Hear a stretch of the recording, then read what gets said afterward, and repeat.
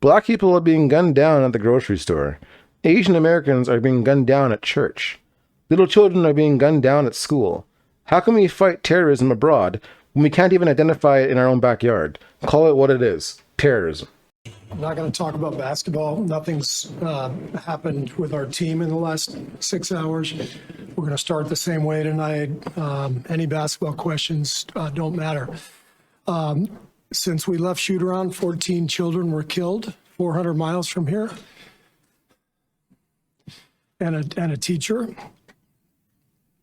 And in the last 10 days, we've had elderly Black people killed in a supermarket in Buffalo. We've had Asian churchgoers killed in Southern California, and now we have children murdered at school. When are we going to do something? I'm tired. I'm so tired of getting up here and offering condolences to the devastated families that are out there. I'm so tired of I'm tired of the moments of silence. Enough.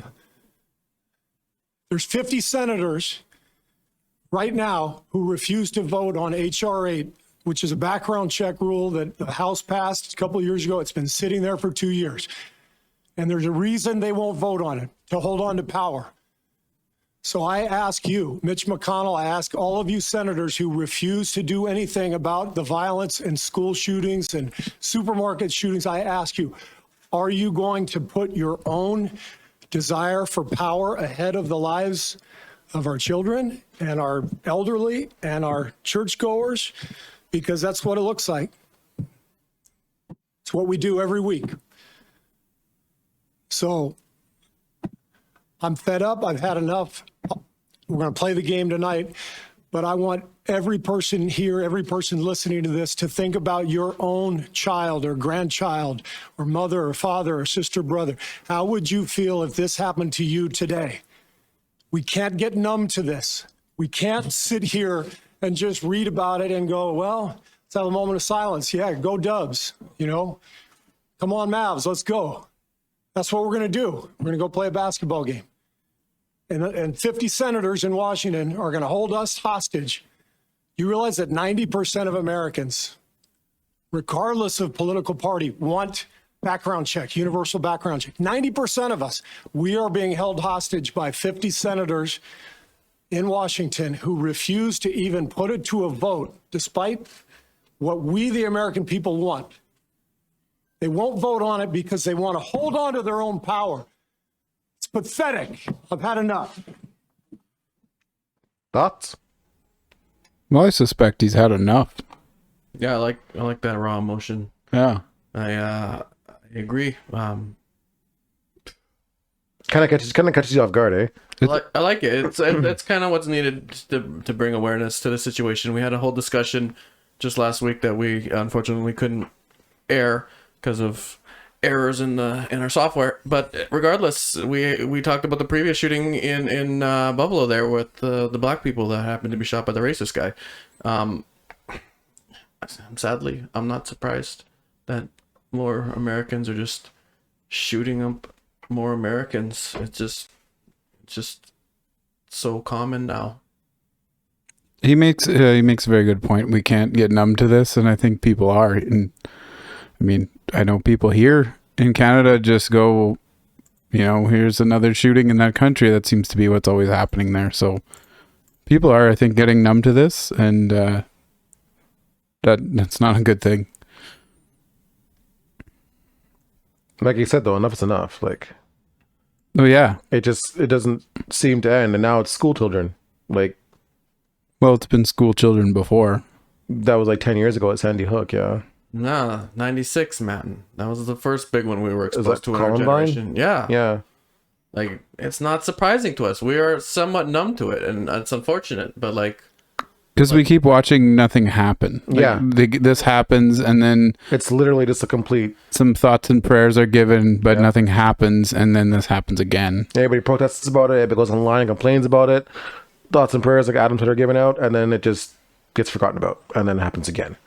It's like we had a big discussion about it last week about how can it they do something about it with gun control or whatever, or we suggested having better communities, but basically it comes down to like what can they actually do about this down there in the US? Can they actually solve this problem?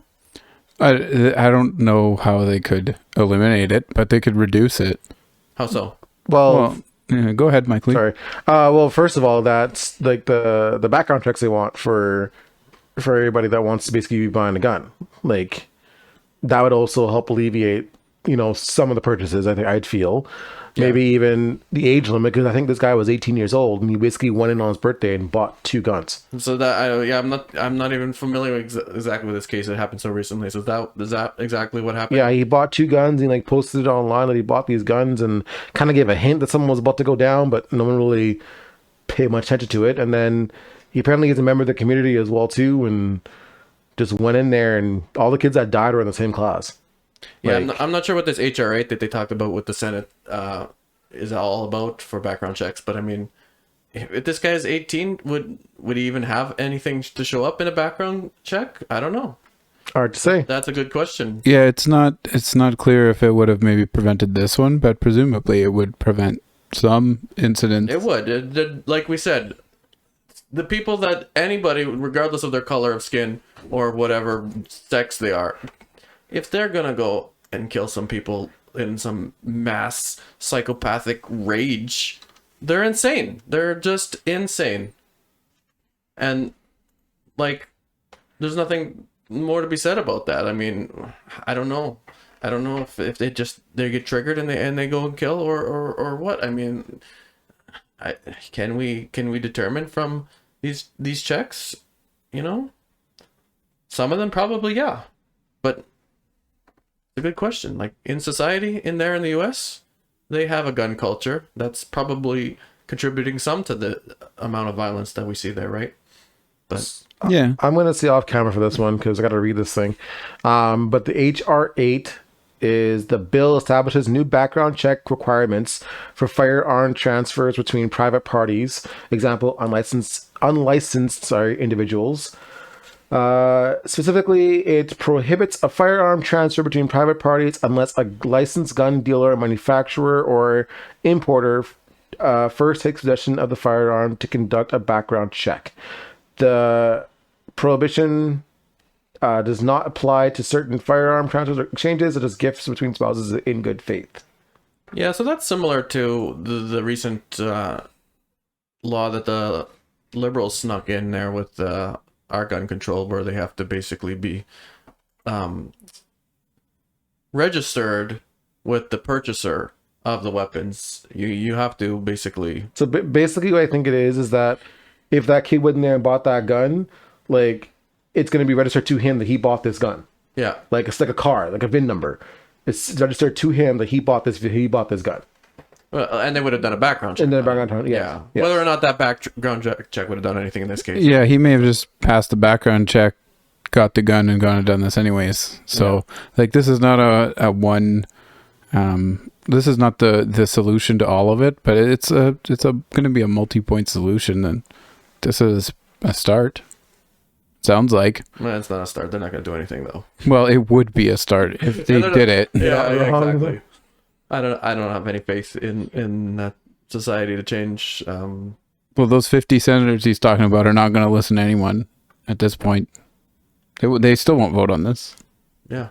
So it won't happen. So to be clear on what he said there, their House passed it 2 years ago. I think And their Senate has to vote on it, but they won't. Yeah. Right. Perfect. I don't know what to say. I'm just sad. Yeah. Very sad. This one might get a little bit more, publicity or a little bit more focus because it's children. Yeah. But it's all part of the same exact topic, that there's just too many shootings in the States and there's been nothing done about it whatsoever. Did you actually hear, and I'm not on camera for this, but whatever.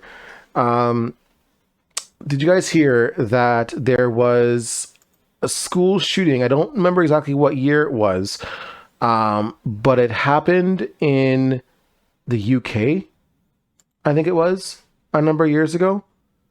And they went and actually passed a bill about gun violence, and ever since then, it's been like 9,000 some odd days. There's been like zero gun violence there since this law was passed. Is that true? None at all? That's what they said. That's what I read earlier today. Yeah, I'd have to find that though. you might be right, because the Australia also did something early on in the 90s with gun control, but the Americans are different. They have the Second Amendment, and it's a constitutional right for them to have guns. So it is extremely difficult to amend the Constitution, and that in lies the problem with the Americans. So they're gonna leave it as it is, and people are gonna keep dying. It's too Yeah. hard to change. It's true. They have to get all, what is it? To amend the Constitution, you need all the states to agree? I think you need like 38 of the 50 states to agree on something. Good luck with that. Yeah, exactly. It's just not going to happen.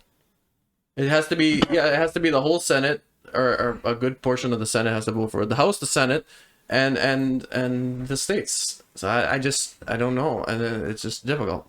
And then if you're a country that shares a massive border with the states, well, those guns get into your country pretty easily. Some of them, yeah, Yeah. yeah. So that's hard to deal with as well. Well, I think it was all summed up pretty well by the Michael Lee when he said there's too many shootings in the States and nothing gets done about it. Don't have much else to add. That's what it is.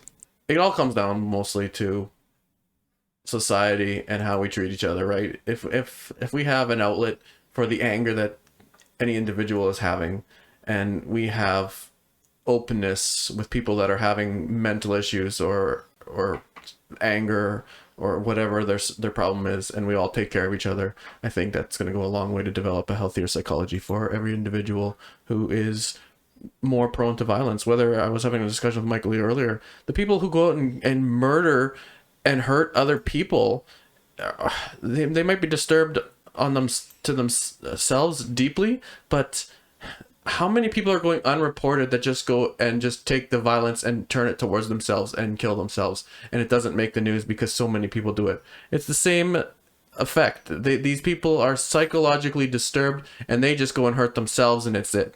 You know, we need to have a society that's taking care of everybody, and that's all it is. Take care of your friends and be open, be vulnerable, and have some love towards your brother. That's all I got to say. Yeah. Check in on somebody. Make sure they're doing okay.